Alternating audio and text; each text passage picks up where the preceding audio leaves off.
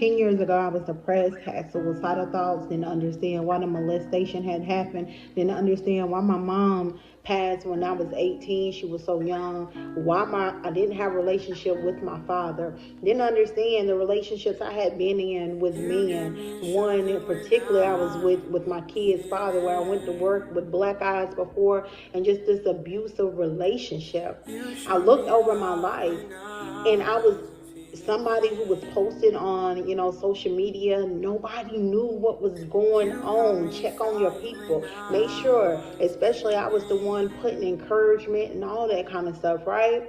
But I was depressed, and I was having suicidal thoughts, and I wanted to check out on life, because I started to question, like, look at all that I done went through in my life.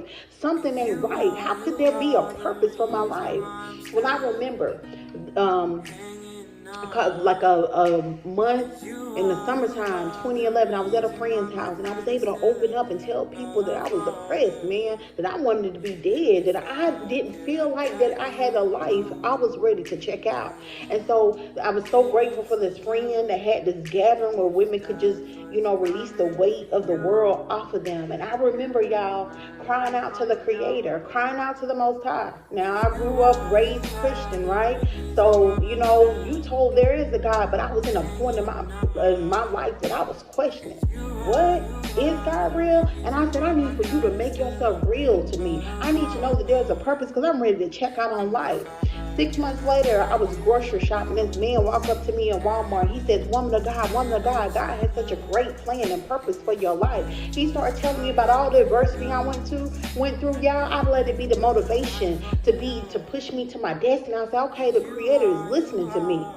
3 months later, we were 4 minutes from my house. On the day I normally would have been driving, my ex-boyfriend was the driver. I had a 2001 Chevy Tahoe truck. I remember getting in the car that day. Things looked kind of weird. My oldest daughter was in the middle when she normally sat on the third row seat, and my two youngest daughters were on the third row seat when they normally sat in the middle.